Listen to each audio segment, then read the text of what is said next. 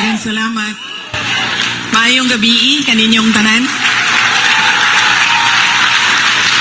Kalihog, manlingkod.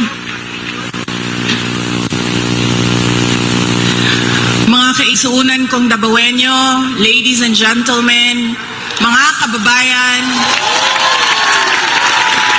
Assalamualaikum warahmatullahi wabarakatuh.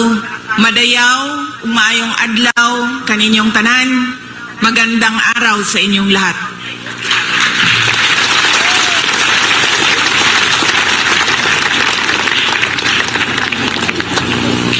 Unahin ko po muna ang aking mga pagpapasalamat. Una po, ang aking pagpapasalamat sa Kingdom of Jesus Christ sa inyong paanyaya sa akin na dumalo sa inyong 39th anniversary. Maraming salamat po sa inyong imbitasyon.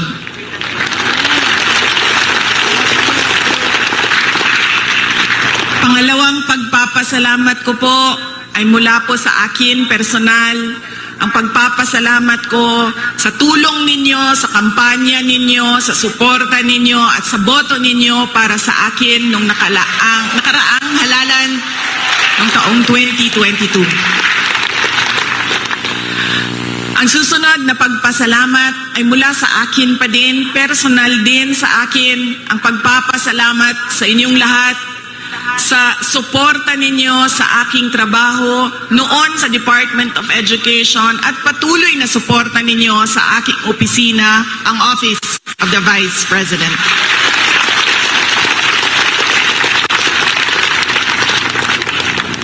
At ang huling pagpapasalamat ay mula po sa aming pamilya, ang pamilya Duterte.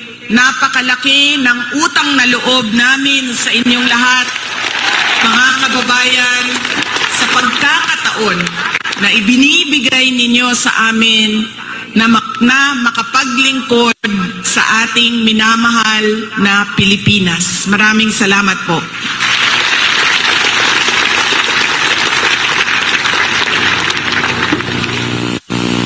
Nasabi ko na po,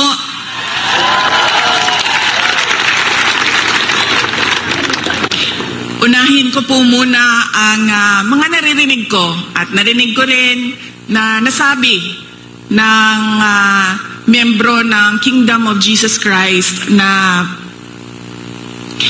sala manggunitanan ni Inday Sara ug nidagan pa siya presidente dili ta magkalisod-lisod ani atong nasod.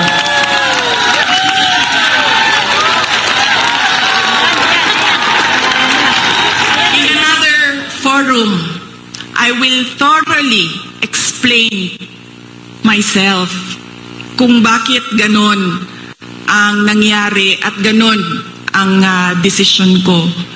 Pero sa ngayon, hinihingi ko lang ang patawad ninyo na nagkamali ako.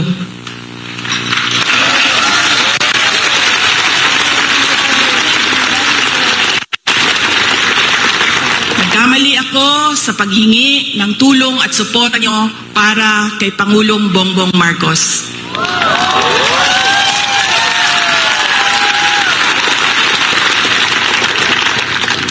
I was on the mistaken belief that we were together on the platform of unity and continuity. Nagkamali ako, kaya hinihingi ko ang patawad ninyo.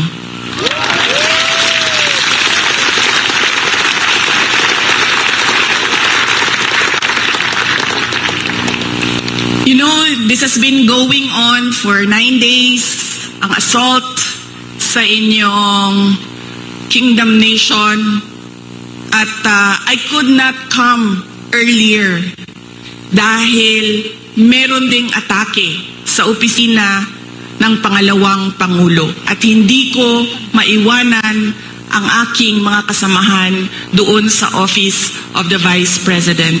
But always remember na wala man ako lagi sa mga masasayang araw ninyo, pero nandito ako lagi sa inyong kalungkutan. I will always with you in your darkness. Bago ako pumunta dito, doon sa Manila, sinabihan ako, huwag kang lumapit sa KOJC dahil talo ka dyan. Kalaban mo administrasyon, kalaban mo dayuhan na superpower. Sabi ko, sa taong nagsabi sa akin noon, walang contest, hindi ako matatalo. Walang kompetisyon. Bakit ako matatalo? They may be a minority.